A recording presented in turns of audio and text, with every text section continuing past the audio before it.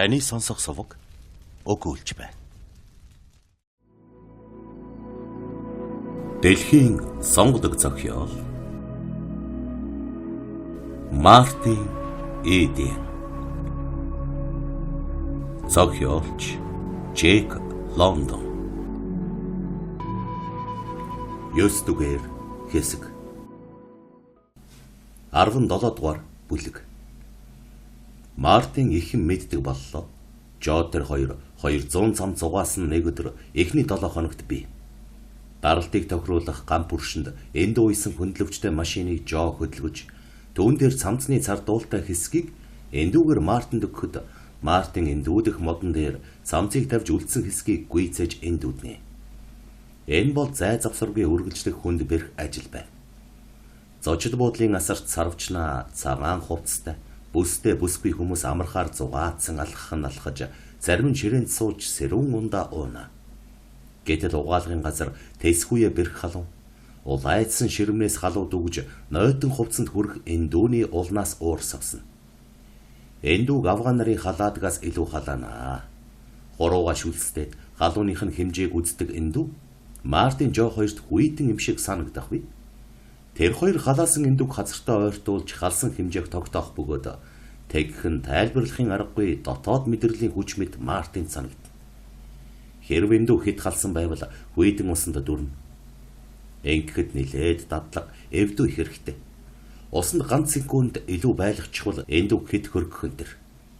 Энэ бэрх ажлыг өөлөх хэмгүй яв цав автомат юм шиг гүйцэтгэдэг болсноо Мартин гайхнаа.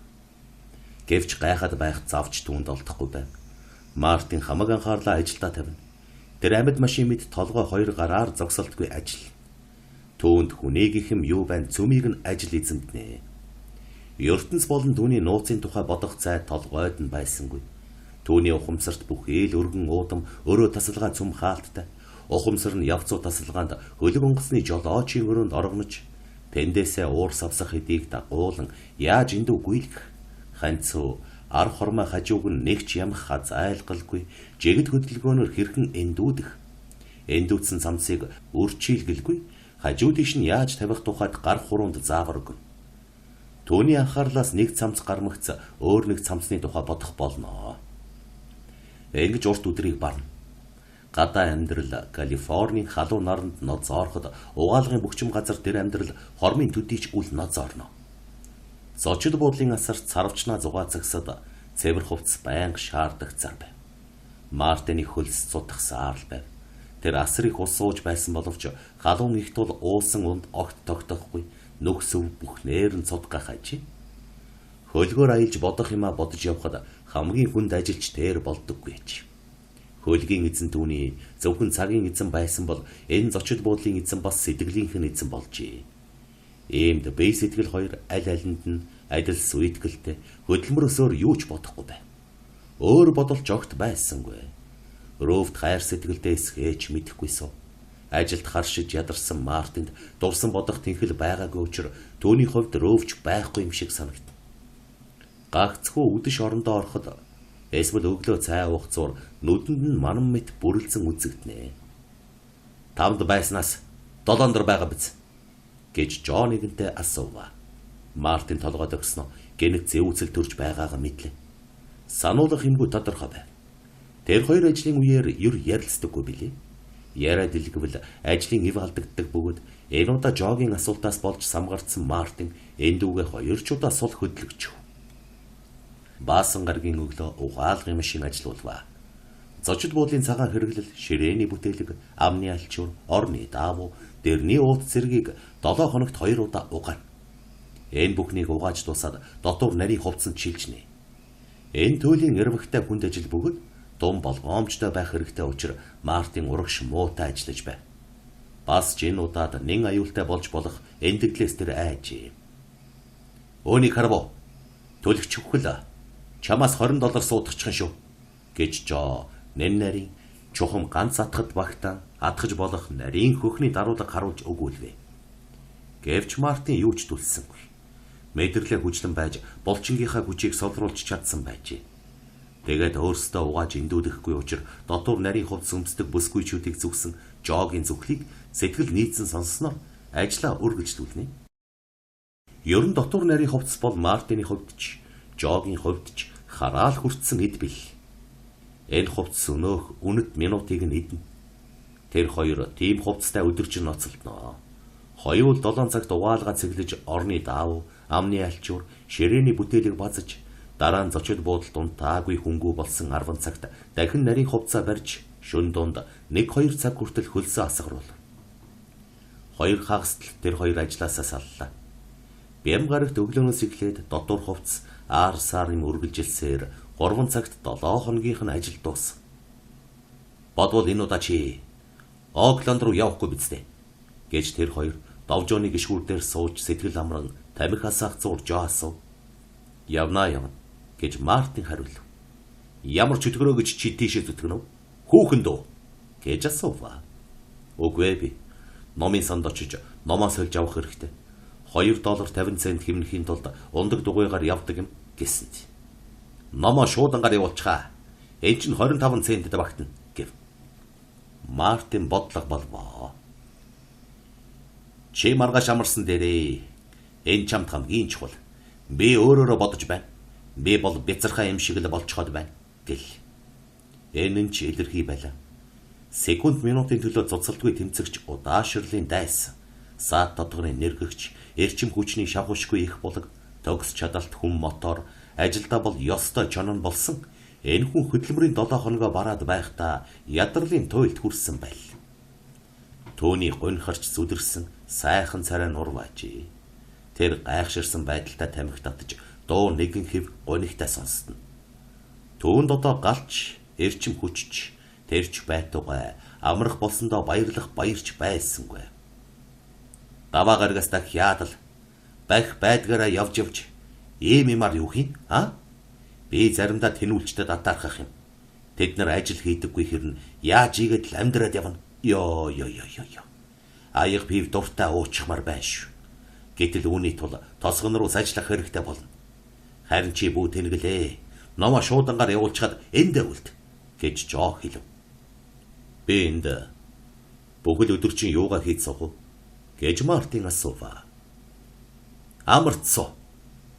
Яаж ядарснаа чи өөрөө мэдэхгүй байна. Би жишээлбэл нэм гарах болоход сонинч уншиж чадахгүй болтлоо ядардаг хүн. Би нэг удаа хижгээр өвдсөн юм. Эмнэлэгт 2 сар хагас хэвтэж тэр зур юу ч хийгээгүй. Тийм мөнчдөг юм бэлээ шүү гэж Жо дахин давтан хэлж бодлогошрон өгүүлв. Мартин халуун усанд орохоор яваад эргэж ирэхэд Жо нэг тийш алга болчихсон байваа. Жо аяг пив уухаар явсан байх гэж Мартин бодсон боловч түүнийг ирэхээр тосгон руу явж зүрхэлсэнгүй.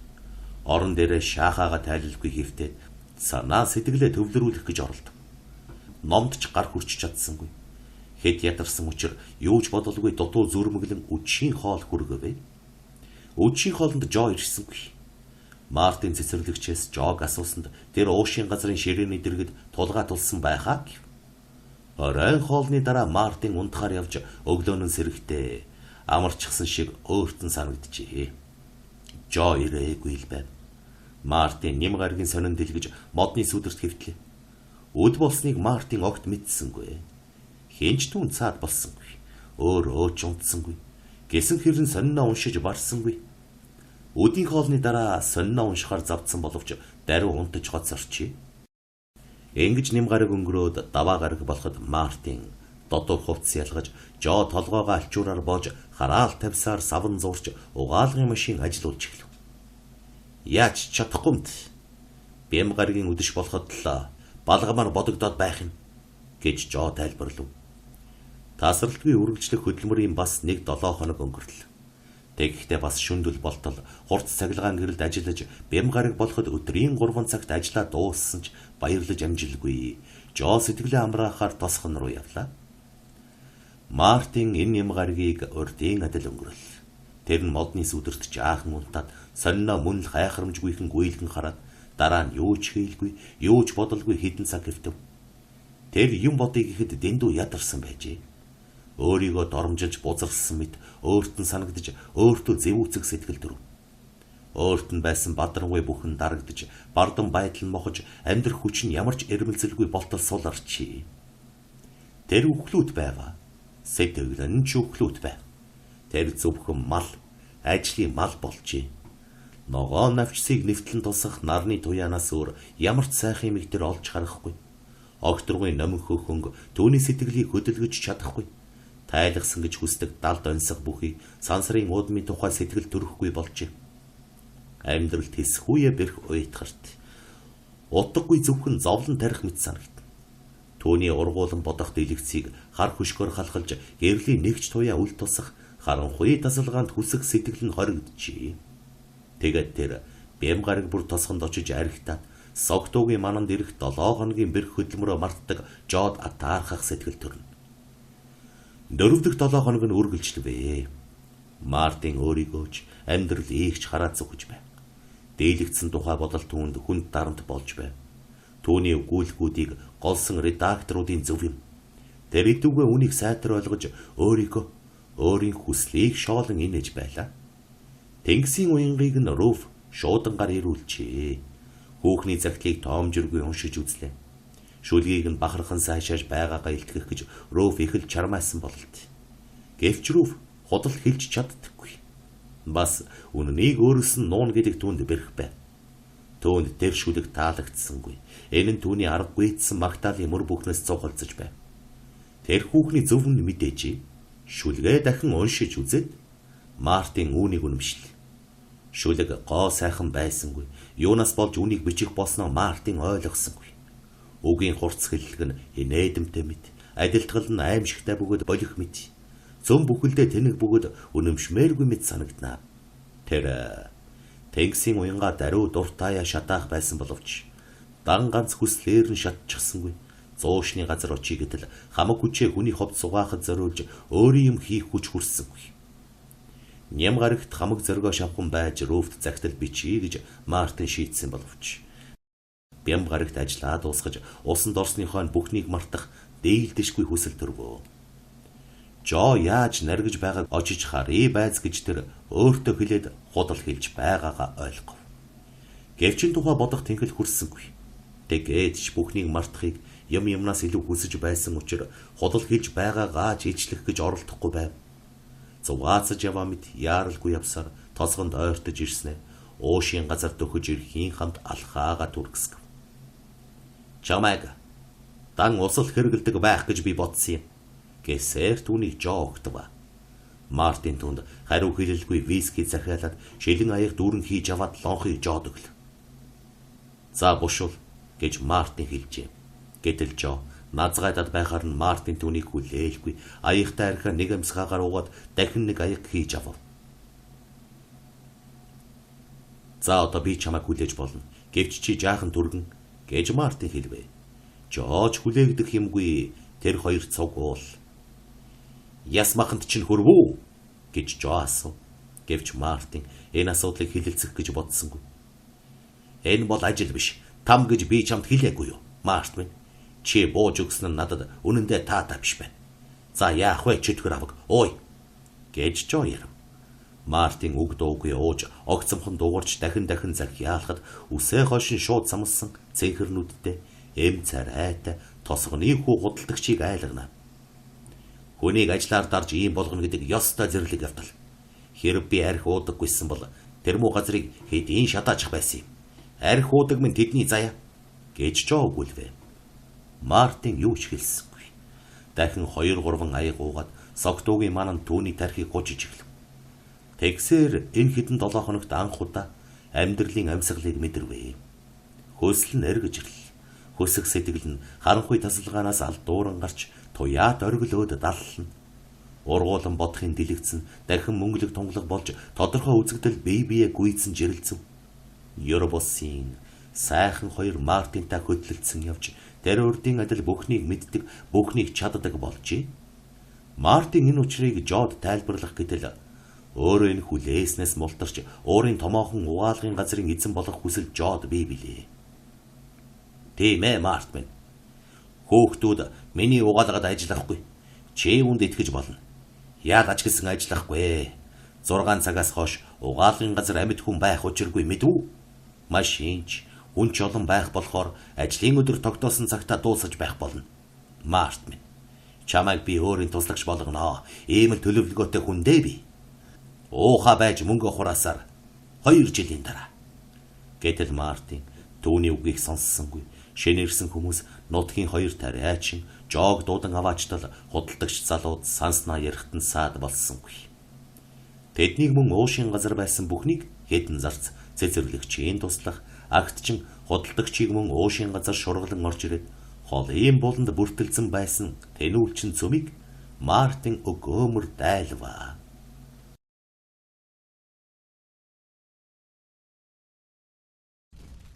Таны сонсох сувг өгүүлж байна. 18 дугаар бүлэг. Даваа гарагийн өглөө Жо хараал тавьсаар эхний бодол хувцсыг угаалгын машинд хийвэ.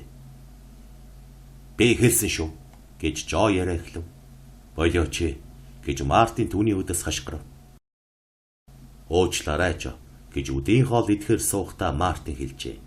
Жогийн нүд нь нулимсгүй илгэнэв. За яах вэ өвгөө? Бид тамд суугаа болохоор хаяа уурлаж байлгүй яах вэ? Харин би энэ завсар чамд хайртай болчихжээ хөө. Тэгээд л надад жоохон говдолтой санагдсан юм. Би яагаад ч юм бэ? Чамтай ижил дасал болчихж гэж Жо хариу өчвөө.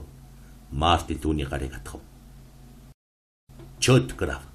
Бүгдийг нь орхичхоод тэнүүжилэхээр явъя. Би үзээгүй юм гэвч лав айтай байх. Юу ч хийхгүй гэдгийг нь бодооч. Би нэгэнтэй хижиг тусч эмнэлэгт хэвдсэн билээ. Санахаас сайхан байдаг юм. Ядаж дахиж өвдөх юмсан гэж Жо ярив. Өдөр хоног ээлжлэн өнгөрсөөр байв.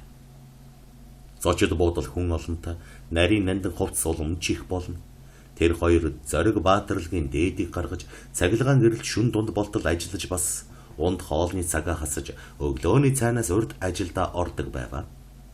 Мартинд цаг олдохгүй тул хүйтэ усанд орж чадахгүй болов.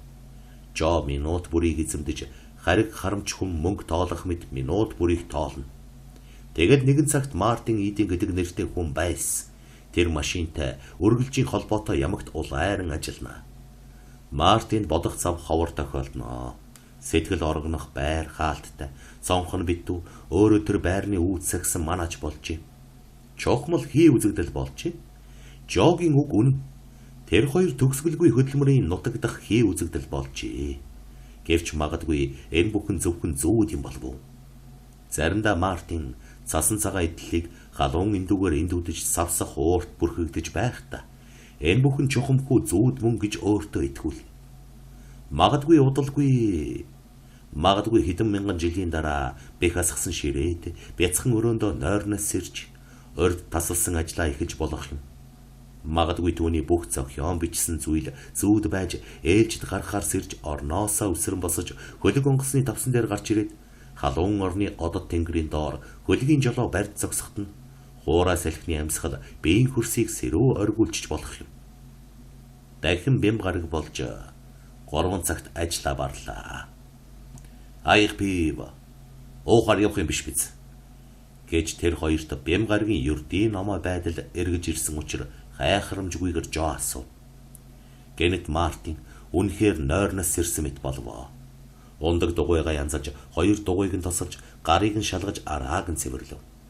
Жог пивний газар сууж байхад Мартин түүний хажуугаар дугуйн гарлуу тонгойчихсон дөрөв жигд жийж 70 миль явах тоост замаа шагаасаар давхиж өнгөрөв. Тэр Окландд хоноод нэм гарагт буцаж ирээд даваад ажилд орохдоо ядарсан боловч энэ удаа согтуураагүйдээ сэтгэл сэргэлэн оржээ. 5 дахь түүний дараа 6 дахь 7 хоног өнгөрсөн боловч Мартины ажиллаж амьдрах нь маш шиг л гагцхүү түүний сэтгэлийн гүнд бяцхан оч гялалцах нь 7 хоног бүрийн эцэст 140 миль зам ундаг дугуйгаар туулахад хүргэн. Гэвч энэ бол амралт биш байваа. Энэ бол өнөөхөл машины чармаалт байсан бөгөөд урдын амьдралаас үлдсэн ганц юм болох энэ оч нь яваанда Мартины сэтгэлд унтарл. 7 дахь хоногийн эцсээр тэр эсрэг үүсгийг оролцсонгүй. Жогийн хамт тосгонд очиж амьдарч байгаагаа дахин мэдэж даваа гараг хүртэл амьдрав. Гэвч дараагийн бэм гарагт дахин 70 миль газар явж ядарч хөшснөө бүр илүү ядарлаас болсон хөшөлтөөр дарва. Гагцхүү 3 дахь сарын эцэст Жоотой цог тосгонд 3 дахь удаа очлоо. Тэр согтоод сэргэлээ. Сэргээд аянга цахилгааны гинтийн гэрэлд ууснасаа биш. Ажилснаасаа болж чухам ямар мал болсноо олж үзлээ. Согтуурал бол үр дагавар болохоос биш, шалтгаан биш. Өдрийн дараа шөнө болдогчлон ажлын дараа согтуурал дагалдана. Ачааны морь болцоход гэрэлт оргилд хизээж хүрэхгүй. Виски арх түнд энэ санааг төрүүлсэнд зөвшөөрвөө. Виски арх их мэрэгэн ухаан төрүүлжээ. Чухам үннийг түүнд нээж өгөв. Мартин цаас харанд авч өгөхийг хүсээд цугласан бүхэнд зориулж виски арх захиад тэд цөм түүнийг урт наслаасай гэж арх хууж байх завсар лангуу түшин зогсоод цаасан дээр нэг юм бичлээ. Жо, цагилгаан утас чи уншаад хач гэж Мартин хэлв. Жо тэнийг ганцтай согтуу нэмсэглэж уншиж байв. Гэтэл уншсан юм түүний архийг гаргав. Тэгээд гомдсон байртай харахад нүдэнд нь нулимс цээлэлзэж байв. Март, чи намайг орхих нь гэж тэр гутрангуй асуув. Мартин толгой дохиод нэгэн баг хүүг дуудаж утасны хороонд очоод иргэв. Зокс, би нэгэн бодоодох юм гэж орооцолдсон хэлээр Жо хэлв. Тэр ойчихгүй тулд лангуу түшиж санснаа санаж олтол нь Мартин мөрнөөс нь түшиж байлаа. Хоёр ажилчнаа. Хоёулаа явна гэж бич. Бич гэж Жо гинэт хэлвэ. Чи яалаа гэж явах нь вэ? Гэж Мартин асуув. Чи яасан бол би бас тэгнэ. Би алсын хөлгөөр зорчин. Чи чадахгүй шүү дээ. Дэмэж тийм ээ. Гэхдээ би тэн үлчин болно. Бүр сайн байхгүй юу? Мартин түүнийг сонссон бололтой минут хэртэ ажиглаж байснаа ингэж хэлв. Бурхан, чиний зөв. Ачааны морь байсан дорвол тэнүүлчин байснан дээр доор хаяхад амьдрах болно. Гэтэл өдий хүртэл чамд амьдрал байсангүй. Байсаа. Би нэг удаа хижгээр өвдөж эмнэлэгт хэвтэж байсан. Чамд ярьсан биз дээ. Мөнчдөг байсан шүү. Гэж Жо өгүүлвэ. Цахилгаан утсанд 2 дахь ажилчин гэж байсныг угаалгын газрын 2 ажилчин гэж Мартин засаж байхад Жо өргөлжлүүлв. Эмнэлэгт байхад уух юмсан гэж юр бодогддоггүй байв. Сонин биз. Харин бүтэн 7 хоног мал шиг ажилласны дараа согттол уумаар санагддаг юм. Тогооч нар чөтгөр шиг их уудгийг мөн талхчд бас тийм их мэднэ. Ажил нь хэцүү ажээ. Зогс. Утасны хагас үнийг би төлнө. Хэмээн өгүүлв. За яах вэ? Арга нь олдон биз. Гэж Мартин хэлвэ. Хөөе. Цөмөрөнашир. Би дайли. Гэж Жо лангуун дээр мөнгө гарган тавьж өгүүлжээ. Даваа гаргийн өглөө Жо сэтгэл хөдлснөөсөө болж байд сууж чадахгүй байв. Тэр толгоо өвтгийг мартаж ажил ийгч сонирхсангүй. Нар моддыг харж цонхоор бодлогошронгүй ширтэн суух хооронд үнэт минут алдагдлаа. Хараач ээ. Энэ бүхэн цөм минийх. Энэ бол эрх чөлөө. Би модон доор хэвтэж хэрэг хүсвэл 1000 жилч унтах болно. Марта явъя. Бүхнийг орхи. Чөтгөр гэж. Би юуг нь хүлээх юм? Ажилгүйн оронд урд маань байна. Би тийш хүрэх билет авахаас биш эргэж ирэхийг авахгүй. Гэж тэр хашгирав. Хэдэн минутын дараа угаалгын машинд хувцас хийж байснаа. Зочид буудлын эзний тэмдгийг мэдэх тул түүний цамцыг таниад олж авсан эрх чөлөөнд бардам тэр цамцыг шалт дээр хаяж дэвсэлж гарав. Голланд гахаа. Чиний нүр энэ болоосаа. Маа. Үүнийг маа чамда. Намайг хэн хорхов? Хориотгол доо. Гэж тэр хашгирч байв. Мартин инээсээр түүнийг тайлгаруулах гэж оролдов. Мегмар гарагийн орой 2 шинэ ажилчин ирлээ. Тэр 7 хоногийг дуустал Жо Мартин 2 тэднийг альваад сургав. Жо суучгаад тэг инг гэхээс биш өөрөө огт ажил хийхгүй. Онгодог. Би бүр хурууч хөдлөхгүй. Хугацаанаас өмнө халсан ч би хуруу хөдөлгөхгүй. Би ажил хийж гүйц. Ачааны галт тэргээр явж модны сүүдэрт унтаж байх болно. Хөөе. Ажилч та. Шалавхан. Хөлсөө гарга. Чөтгөр ав гэж. Та нар хөлж ийхээрээ мөн л миний адил хүүр болно доо. Яаж амьдарч байсан ч хамаатай юу? Хэлээд өгөл доо. За би гуй. Эцэст ямар хамаатай юм бэ? Тэр хоёр бэм гарагт ажлын хөлсөө авч цуг явж салаа замын уулзурт хурч ирв. Чэйчлав надтай хамт явахгүй биз. Гуйгаад хэрэггүй дээ гэж Жо найдвар тасарсан шинжтэй асуув. Мартин толгоос ихсэрл. Тэгээд дугуйгаа унахаар бэлдэв. Тэр хоёр харилцсан гар барилцахад Жо Мартины гарыг төр зууратхан ийм өгүүлвэ. Март, энэ ертөнцид чи бид хоёр дахин уучрах байх. Би тэгж зөөгнөд байна. Гагцъя Март минь. Жаргалтай яваарай. Би чамд хайртай шүү. Үнэхээр хайртай. Тэгээд Мартиныг зам тойрон далд ортол Жо хойноос нь ганцаардсан янзтай харсаар хоцорлоо. Сайн залуу. Тун сайн залуу гэж Жо амандаа шивнжээ. Дараа нь Жо залгах гал дэрэг хүлээж байгаа зурга 7 ачааны вагон тавьсан зөрлөг замын дагуу усан шахуургын цамхаг чиглэн гэлдэрвэ. Таны сонсох сувг өгүүлж байна.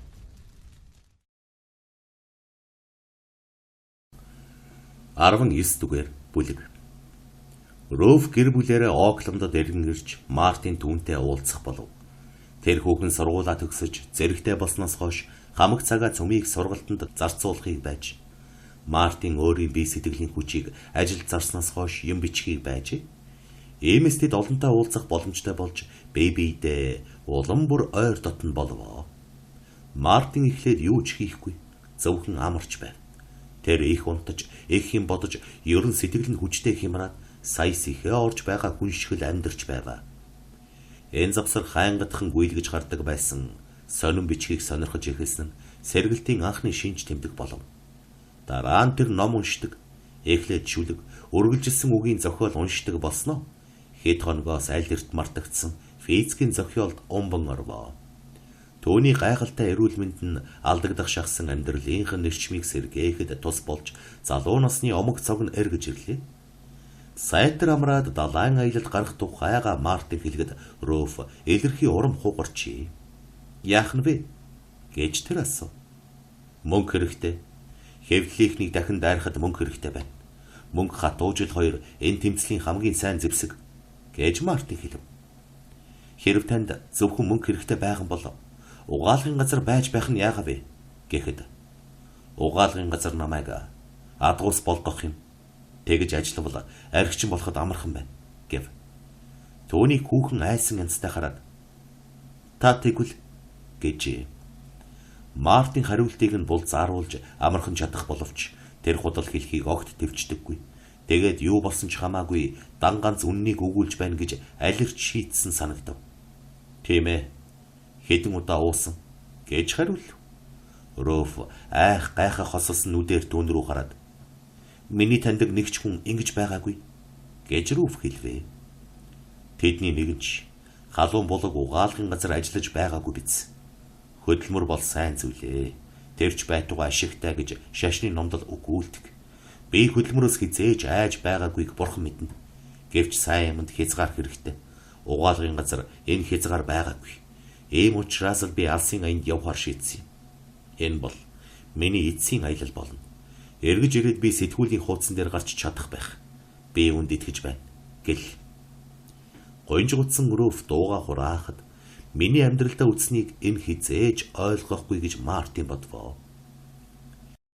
Энэ бүхнийг доромжлогдсон хөдөлмөр юм уу? Ажилчин ангийн согт уурлын сэтгэл зүй эсвэл иймэрхүү боловч өөр нэртэй номонд би бичнэ. Хэрв танилцсан анхны өдрийг эс оролцуул бол тэр хоёр бэбиэс ийм хүндий байсан удаагүй. Эсэргүүцлийн санаа ард нь нуугдсан Мартины илүүг Рофиг түлхэн холдуул. Гэтэл энэ хөндийрэлт нь төрсөн шалтгаанаас илүү Ровд гайхалтай санагдваа. Тэр хоёр бие биедээ хэдий ойр дотн болсныг тэр хөндийрэл харуулсан тул ийхүү ойртохыг Ров хүсчээ. Түүнээс гадна Мартин өрөвдөлтөй санагдаж түүнийг засаж залах бодол сэтгэлд төрнө. Энэхүү замаасаа хазаасан залууг аврах, орчин тойрноос нь аврах, өөрөөс нь дургүй байлаач гэсэн өөрөөс нь аврахыг тэр хүсчээ. Хийсвэр буянт сэтгэл түүнийг удирдах байгаа мэт. Рөвд бодогдсон боловч энэ бүхний цаана дурлалын хүслэн хардах сэтгэл нуугдж байгаад сэжиг төрсөнгүй. Намрын тунгалаг өдөр тэр ундаг дугуйгаар хотоос алс тэнд бадрангуй сэтгэл төрүүлэх урам сэргээх найраг зохиол олныг ээлжлэн уншижээ.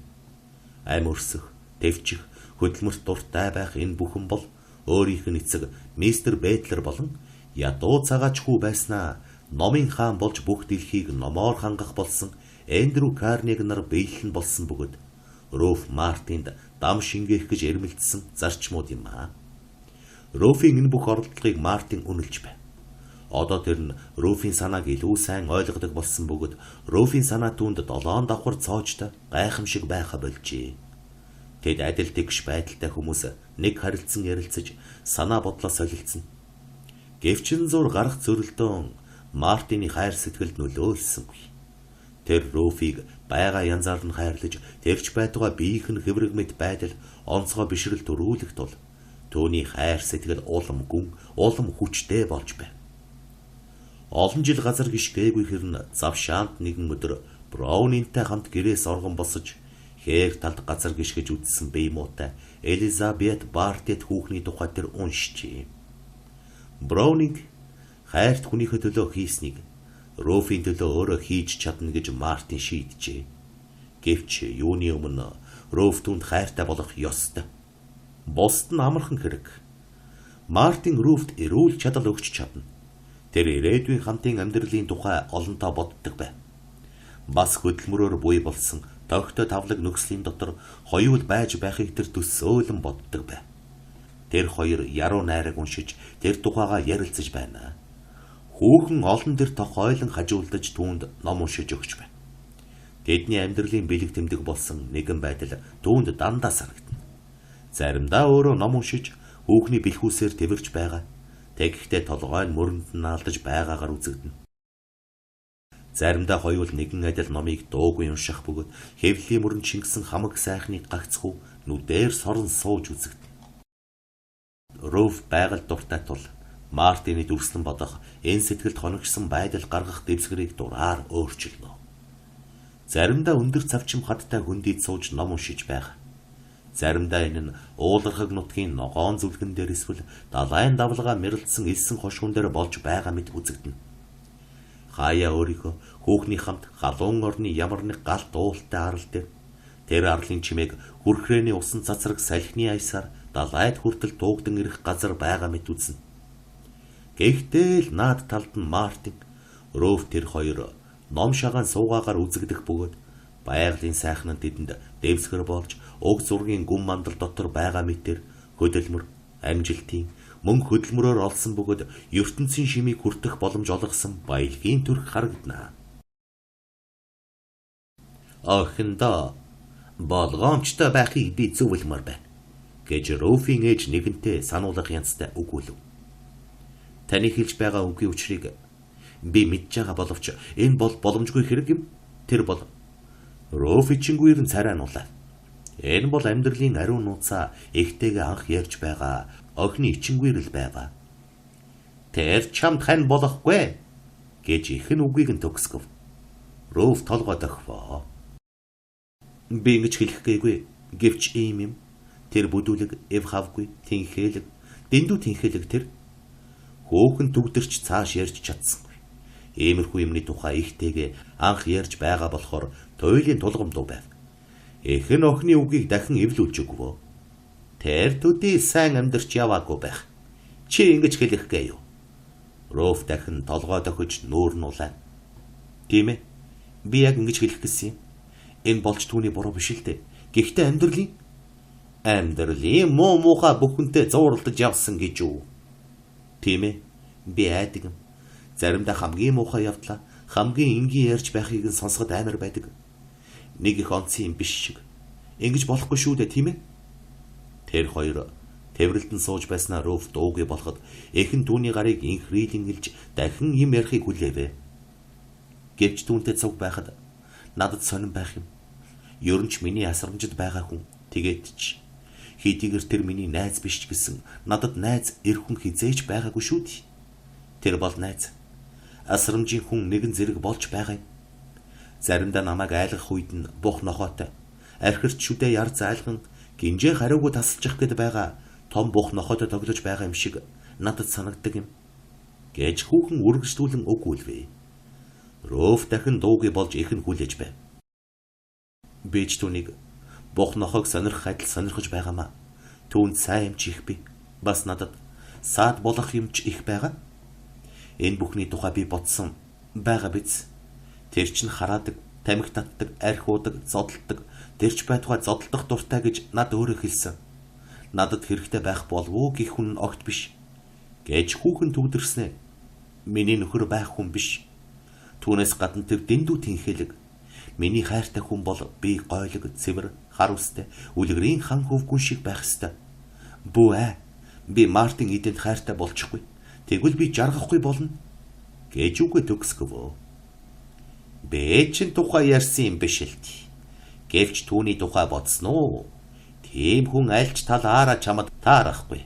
Хэрвээ чамд хайртай болчихдаг юм бол гэдгийг. Гэвч тэр аль хэдийнээс надад хайртай болчихсон юм. Гэж Руф дуалдваа. Энклавэс юм да. Чамайг таних мэдэх болсон хүн чамд хайртай болохгүй яаж байх вэ?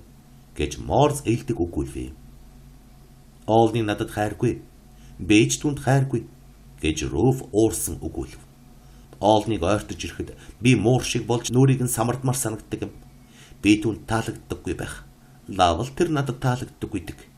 Гэтэл Мартин Идентэй цуг байх сайхна. Надад хинч хайртай байгаагүй. Тийм хайртай байгаагүй. Гэтэл тийм хайртай байлгах сайхан. Миний хэлэх гэж байгааг ээж минь та ойлгож байгаа биз дээ. Ёстой бүсгүй хүн гэж өөрийгөө мэдхэн сайхан юм. Руф эхийнхээ цээжинд нүрэ нааснаа. Би аимшигтай тэнийг амтан гэдгээ мэднэ. Гэвч би санаа буруулахыг хүсэхгүй. Юу бодож санаж байгаагаа танд ил хэлье гэж бодсон юм. Гэв. Морцын баярсан гомдсон хоёр нь зэрэгцжээ. Их сургуулийн дипломтой охин алга болж урд нь бүсгүй хүн сууж байв. Туршлага амжилттай боллоо. Руфийн зам төрхөнд байсан аимшигт зайг бөглөлөө. Бөглөхдөө зовлонгүй, аюулгүй бөглөл. Энэ эв дүйгүй далайчин үүргээ биелүүл. Руф түнд хайртай болоогүй ч гэсэн Руф бүсгүй хүн боллоо. Түүний гар нь чичирдэг юм. Энэ инээдтэй.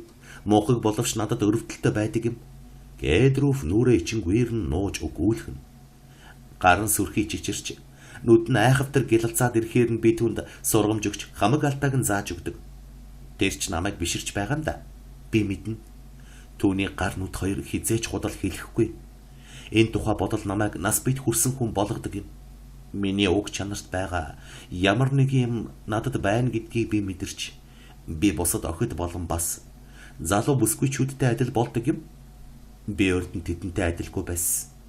Түүнд таны сэтгэл түгшиж байсныг мэднэ. Гэхдээ та сэтгэл түгшснээ надад ил гаргадаггүй байсан боловч би олж мэдсэн.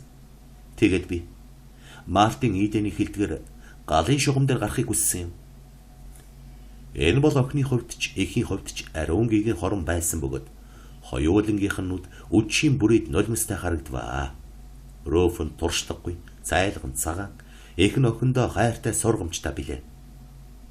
Тэр чин чамаас дөрөвдв. Тэгээд жолны дотор эзэлсэн байр суурьгүй хүн. Тэр чин хаанч алба хаадаггүй, цалин авдаггүй хүн. Туйлын бодлогогүй хүн. Хэрв тэр чамд хайртай бол өгүүлэлэг бичиж хүүхдийн хүслээр эрхэм болгож суухгүй. Чамтай суух бололцоо эрх хоёрыг олгох ямар нэг ашигтай ажлын тухай бодох ёстой. Ерөнхий ээж тэр нас бийд хүрсэн хүн болохгүй байх гэж айх юм. Чиний эцэг байдлаар манай зиндааны босод бүх хүмүүст байдаг эрх хүнд тохирох ёстой ажил олох эрмэлзэл байхгүй. Юм хариуцах мэдрэл түнд байхгүй. Миний бодлоор бол Мартин Иден хизээж мөнгө олохгүй биз. Гэтэл мөнгө зайлшгүй хэрэгтэй байхаар ертөнц тогтсон юм шүү дээ. Мөнгөгүй бол зол жаргал байхгүй. Үгүй бид маш их мөнгө ярьж байгаа юм биш. Гэхдээ ч аятайхан амьдраад байх бололцоо олгох бадтай орлогын тухай ярьж байна. Тэр чин хайр сэтгэлийнхээ тухай чамд хизээж дурсаагүй биз. Ганц ч үг хэлээгүй, оролдоочгүй. Тэгээд ч би хэлүүлэхгүй л дээ. Би хайртай дуртай болсон биш. Өөнд би баяртай байна. Миний охин. Миний цэвэрхэн охин тийм хүнд хайртай болохыг би ховдоо хүсэхгүй. Энэ дэлхийд томоотой, цэвэр, жинхэнэ эр хүн мунцсан биш дээ. Жаахан хүлээ. Нэг л өдөр чи тийм хүнтэй уулзаж Чээж түнд тэрч чамд хайртай болчих нь гайгүй. Би чиний эцэгтэй жаргалтай амьдарч ирсэн шиг чи түүнтэй жаргалтай амьдрах болно.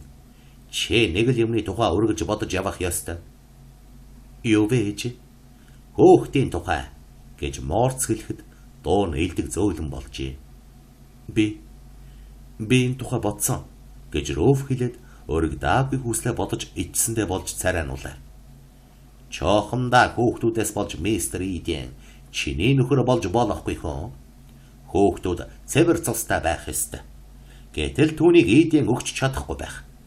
Чиний эцэг далаачдын амьдралын тухай надад ярьж өгсөн тэгээд чи ойлгож байгаа биз дээ гэж Морц битүү утгатай үг өгүүлвэ. Рофийн санаанд орсон тэр нэг аимшигтай бүр түр зүйл тодорхой томрун санааны хэлбэртэй яавч болохгүй байсан боловч бүхнийг ойлгож байгаагаа мэдрэн ихийнхээ гарыг сэтгэл хөдлөн атгаваа. Ээж, би ярих юм танд ярьдгийг та мэднэ шүү дээ. Гэхдээ таач бас хаяа. Жишээлбэл өнөөдрийг шиг асуух юм надаас асууж байлт. Энэ тухай танд хэлэх гэж аль хэдийн бодсон боловч яаж хэлэхээ мэдэхгүй явсан юм. Энэ бол хуурамч ичгүр. Тиймээс ч надад туслах нь танд хялбар байгаа. Та заримдаа надаас юм асууж хэлэх гэснээ хэлэх бололцоо надад олгож байх хэрэгтэй. Ээж, таач гэсэн бүсгүй хүн шүү дээ. Ээж та энэ яриаг эхлээгүй бол би хизээш ингэж бодохгүйсэн билээ.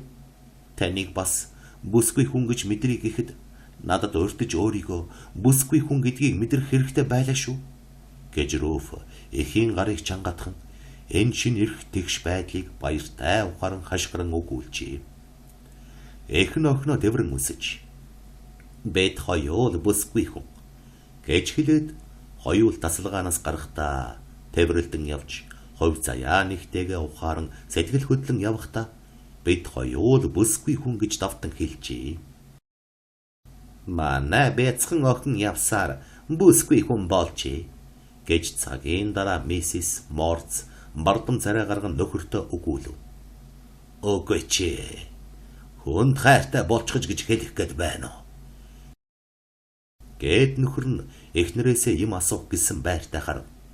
Үгүй. Түүнд хүн хайртай болчихж гэж хэлэх гэсэн юм. Тооршлог амжилттай бол. Охин маань бүсгүй хүн болжээ. Тэгвэл Иденийг зайлуулах хэрэгтэй гэж ажилсаг дуугаар мистер Морц өгүүлвэ.